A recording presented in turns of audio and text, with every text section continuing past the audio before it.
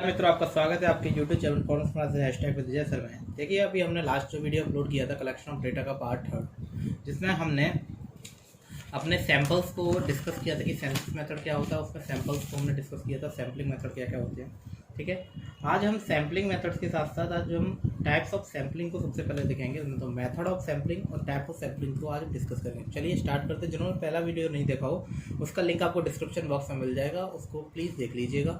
सबसे पहले चलिए स्टार्ट करते हैं। Method of sampling. Method of sampling होती क्या है? सबसे पहले चीज़ है मेथड ऑफ सैम्पलिंग। हमारे पास जो टाइप्स ऑफ सैम्पलिंग होती है वो कितने तरीके की होती है? 2 तरीके की टाइप्स ऑफ सैम्पलिंग होती है।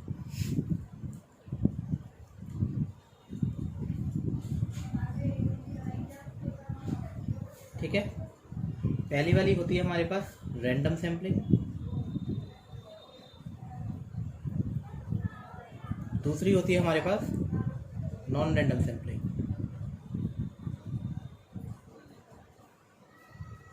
ठीक है, रैंडम सैम्पलिंग और नॉन रैंडम सैम्पलिंग। फिर इसमें हम रैंडम सैम्पलिंग में भी हमारे कई तरीके से होता है। इसके 4 पार्ट्स होते हैं। पहला होता है हमारे पास स्टेरिफाइड, सेकंड है हमारे पास इसका सिस्टमेटिक, थर्ड है हमारे पास इसका क्लस्टर, फोर्थ है हमारे पास इसका मल्टी स्टेजेस। नॉन रैंडम के हमारे 3 हैं, जजमेंट, कोटा और तीसरा है हमारे पास convenience.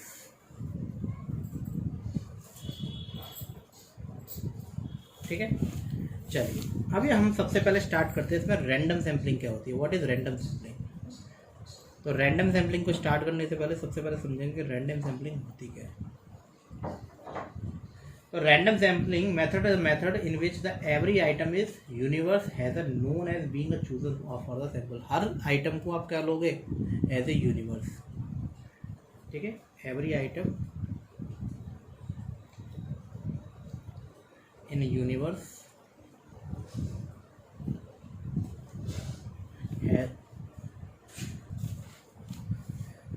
has a known chance of being chosen for the sample।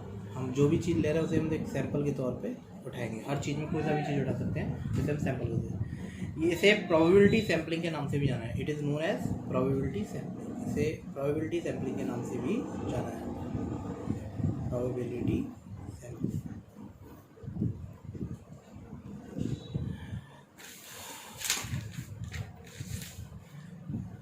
There is no room of the discrimination of random sampling में कोई ऐसा रूम डिस्क्रिमिनेशन होता नहीं है। इसके 2 मेथड बताए गए हैं। एक आता है सिंपल रैंडम सैंपलिंग का, सिंपल है, और एक आती है रिस्ट्रिक्टेड। एक सिंपल है और दूसरी कौन सी है? तो सबसे पहले हम समझेंगे simple random.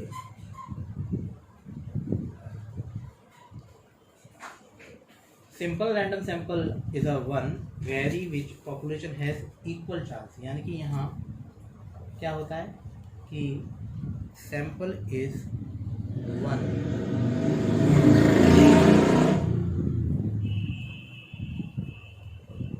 which every item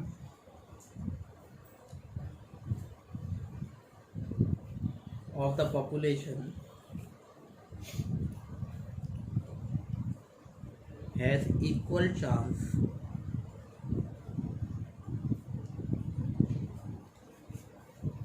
of being selected।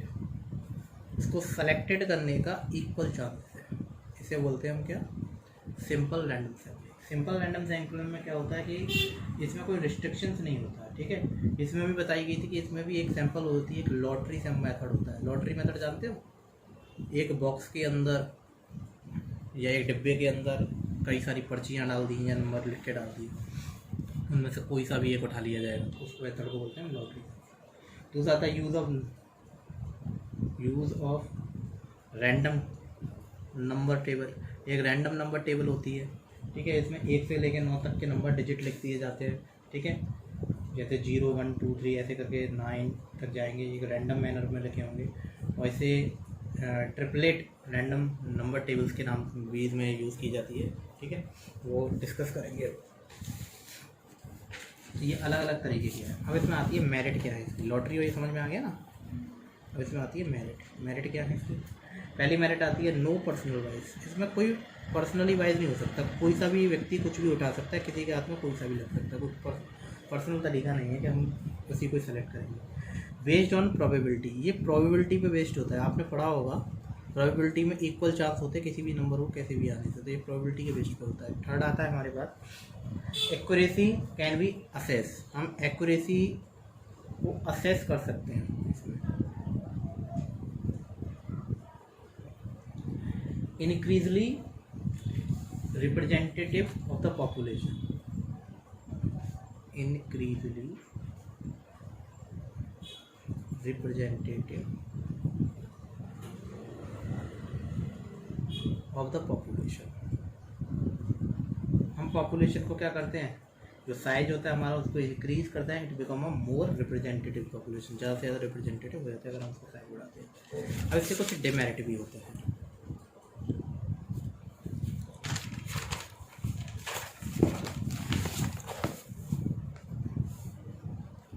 कुछ इसके डिमेरिट भी होते हैं। पहला आता है डिमेरिट में अनसूटेबल फॉर स्मॉल सैम्पलिंग। ये अनसूटेबल होती है स्मॉल सैम्पलिंग के लिए। अगर छोटा है सैंपल तो ये सूटेबल मेथड नहीं है, ठीक है। बड़े मेथड में अच्छा काम करेगा। सेकंड आता है difficult to prepare a sampling frame. Easily नहीं होता कि हम सैम्पलिंग फ्रेम बना सकें। Difficult to prepare sampling frame.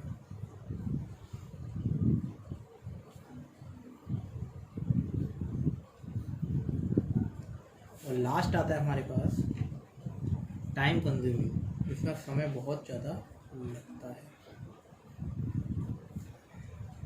अब अगली मेथड है हमारे पास restricted random sampling.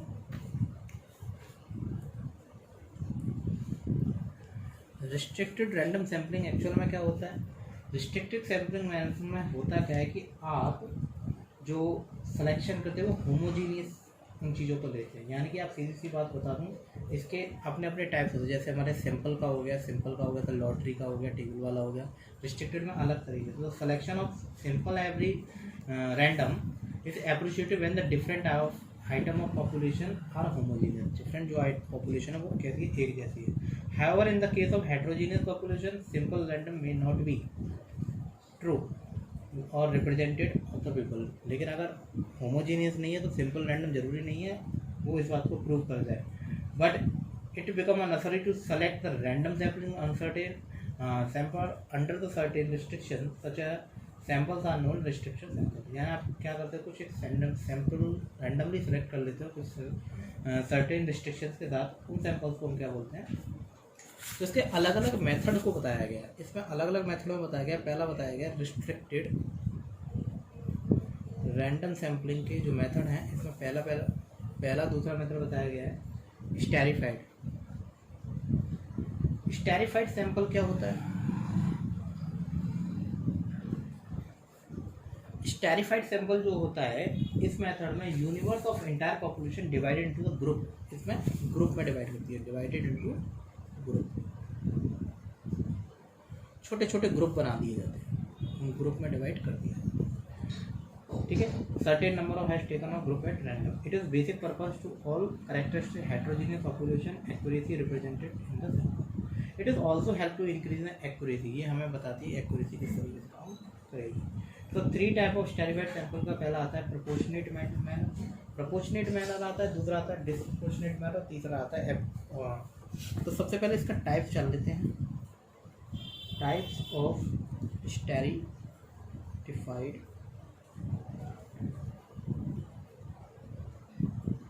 Random sampling.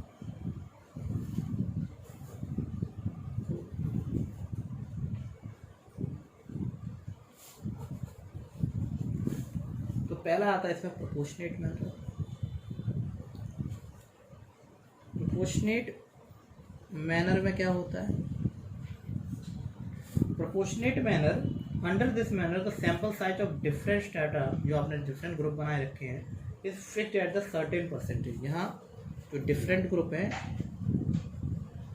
वो फिक्स्ड कर दिए जाते हैं एट सर्टेन परसेंटेज, एक सर्टेन परसेंटेज। ठीक है। डिसएप्रिशिएशन में क्या होता है? Disproportionate, sorry, disproportionate.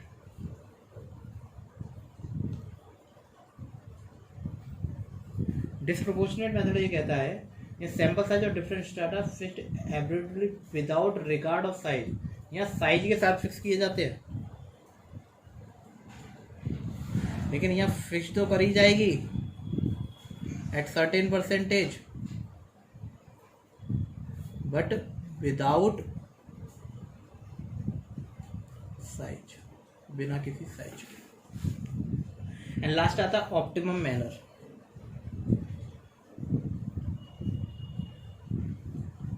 Optimum manner क्या कहता है? ऑप्टिमम मैनर कहता है कि under this manner the size of sample of different strata is fixed on the principle of obtaining maximum benefit of minimum cost.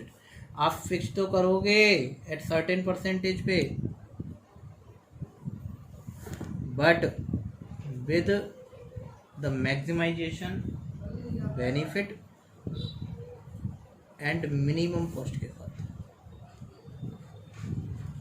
ठीक है। इसकी कुछ अपनी मेरिट होती हैं, डिस्कस करते हैं हमको। मेरिट क्या है इसकी? सबसे पहला आता है मोर रिप्रेजेंटेटिव। इसमें ज़्यादा आप रिप्रेजेंटेटिव को रख सकते हो। Size of population first divide into the various strata में डिवाइड होता है, इसमें रिप्रेजेंटेशन की ज़्यादा चांसेस होते हैं। सेकंड आता है ग्रेटर प्रिसीशंस, ग्रेटर ग्रेटर प्रिसीजन में इसकी जो एक्यूरेसी होती है वो काफ़ी अच्छी होती है। ग्रेटर एक्यूरेसी जो होती है वो काफ़ी अच्छी होती है। इसके बाद में थर्ड पॉइंट आता है हमारे पास एडमिनिस्ट्रेटिव कन्वीनियंस। Administrative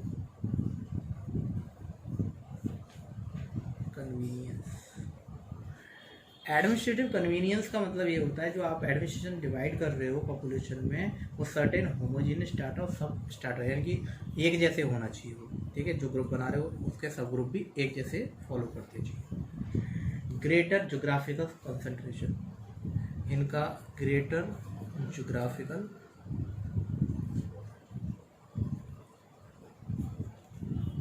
concentration. ठीक है। The unit from different strata may be selected such them all of them localize in a particular geographical area के अकॉर्डिंग इसको डिवाइडेड किया जा सकता है। This help to reducing the time और expenses. और टाइम और एक्सपेंसेस जो इंटरव्यू लेने के समय में जो लगता है वो कहीं ना कहीं रिड्यूस हो सकता है। चलिए एक चीज़ मैं डिमेरिट को और देखते हैं।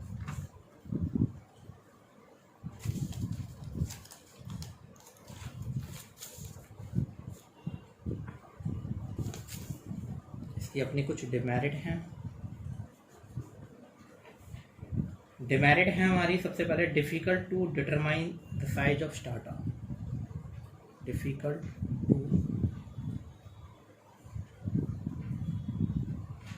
To determine size of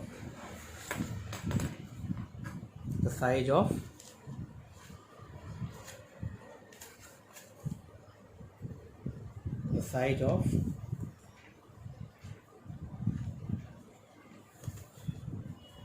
start. Group की साइज आप इतना इजी नहीं कर सकते। सेकेंड पॉइंट आता है require utmost care. Require most care. इसको करते समय बहुत ज़्यादा सावधानी की ज़रूरत पड़ती है। मोर एक्सपेंसिव, खर्चा बहुत ज़्यादा होता है इसमें करते समय, ठीक है, क्योंकि ये वाइडली जोग्राफिकल एरिया के अकॉर्डिंग डिवाइड की जाती है, तो उसमें बहुत ज़्यादा खर्चा होता है। सेकेंड पॉइंट आती है हमारे पास सिस्टमेटिक। सिस्टमेटिक सैम्पलिंग कह रही है, under this method complete list is available. Complete list is available, इसमें पूरी लिस्ट अवेलेबल होती है। The sample is selected by taking every nth term of the list. हम nth टर्म तक उसकी निकालते हैं जहाँ तक हमारी कैपेसिटी है,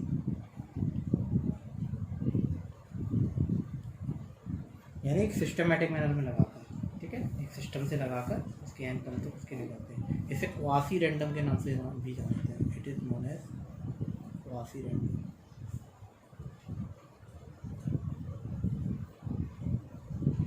ठीक है, ये जंक्शन बेस पे होती है जो कंप्लीट लिस्ट तैयार की होती है। इसके मेरिट क्या क्या हैं? इसके मेरिट हैं simple, convenient, simple and convenient होती है, इजीली समझ में आती है, ठीक। सेकंड है इसका लेस टाइम कंज्यूमिंग, इसको करते समय टाइमिंग ज़्यादा नहीं लगती। थर्ड है हमारे पास सेटिस्फैक्ट्री रिजल्ट, और जो हमारे पास रिजल्ट आते हैं वो कैसे आते हैं? सेटिस्फैक्ट्री आते हैं। मोस्टली होता है एसोसिएटेड, कहीं ना कहीं ये देखा जाए कि हमारे फेवरेट जिस तरीके से हम चाह रहे हैं वैसे ही रिजल्ट आते हैं, उसको और पास ही आते हैं। डिमेरिट भी हैं इसकी कुछ। डिमेरिट में हमारा सबसे पहले biased result in the case of periodical feature.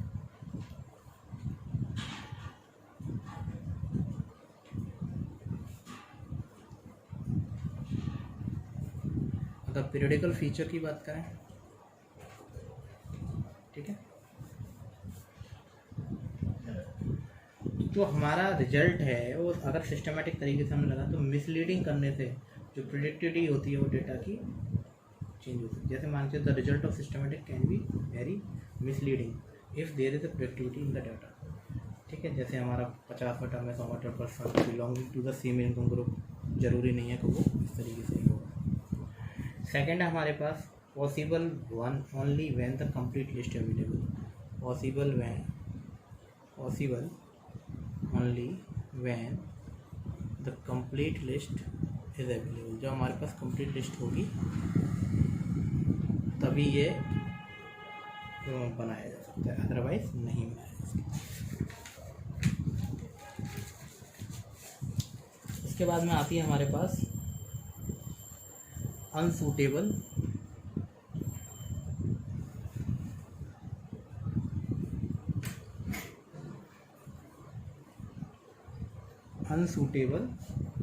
In the case of large population. Large population के केसेस में ये सूटेबल नहीं है, ठीक है। इसके बाद में हमारे पास अगला पॉइंट आता है, ये हमारी हो गई थी बी और ये आ गया सी पॉइंट, क्लस्टर सैम्पलिंग।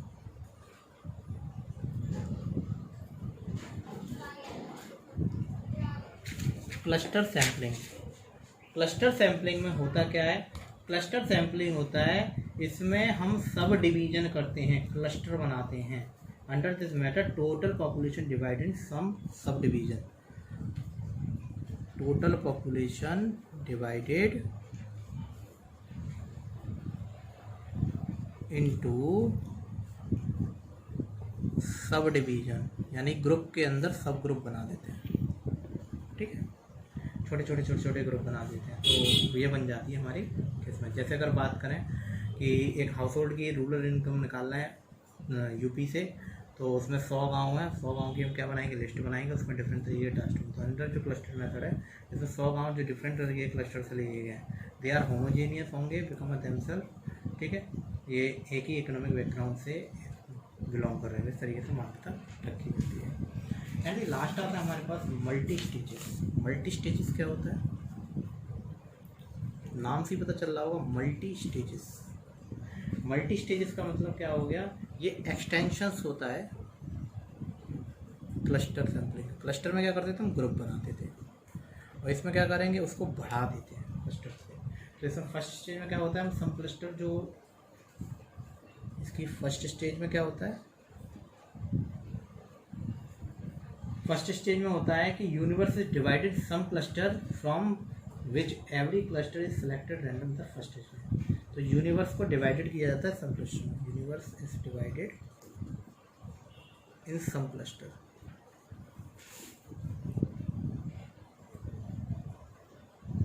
ठीक है, सेकंड स्टेज पे क्या होगा, सेकंड स्टेज पे होगा जो सब डिवाइडेड किए गए हैं, जो फर्स्ट स्टेज के सैंपल आर गिवन अगेन सब डिवाइडेड, जो फर्स्ट स्टेज के आए हैं, ठीक है, सैंपल डिवाइडेड किए जाएंगे इन सब डिवीजन में।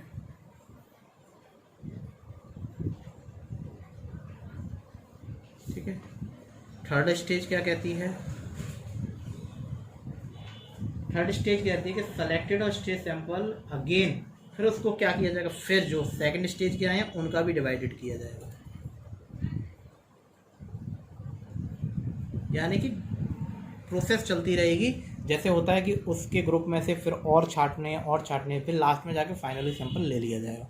मतलब जैसे प्रोसेस होती है ना कि पहले ज़्यादा ले लिया, फिर उससे कम ले लिया, फिर उससे और कम किया, उसमें और कम किया, लास्ट टाइम पे फाइनल रिजल्ट तक पहुँच जाते हैं।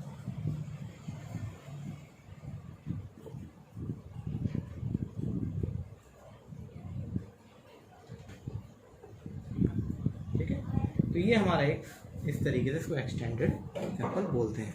ठीक है, तो ये हमारी आज का जो हमारा था रैंडम सैम्पलिंग वाला, ये कंप्लीट होता है। अगली वीडियो में हम डिस्कस करेंगे नॉन रैंडम सैम्पलिंग को लेके, नॉन रैंडम सैम्पलिंग क्या क्या होती हैं, उनके मेथड्स किस तरीके से होते हैं, प्रिंसिपल ऑफ सैम्पलिंग क्या है, एनएसएस की रिपोर्ट क्या है, ठीक है, एनएसएस किस तरीके से स्टैटिकल एरर क्या क्या होते हैं, और सोर्स हमारे कहाँ से डेटा आते हैं। तो ये हम सारा अगली वीडियो में डिस्कस करेंगे।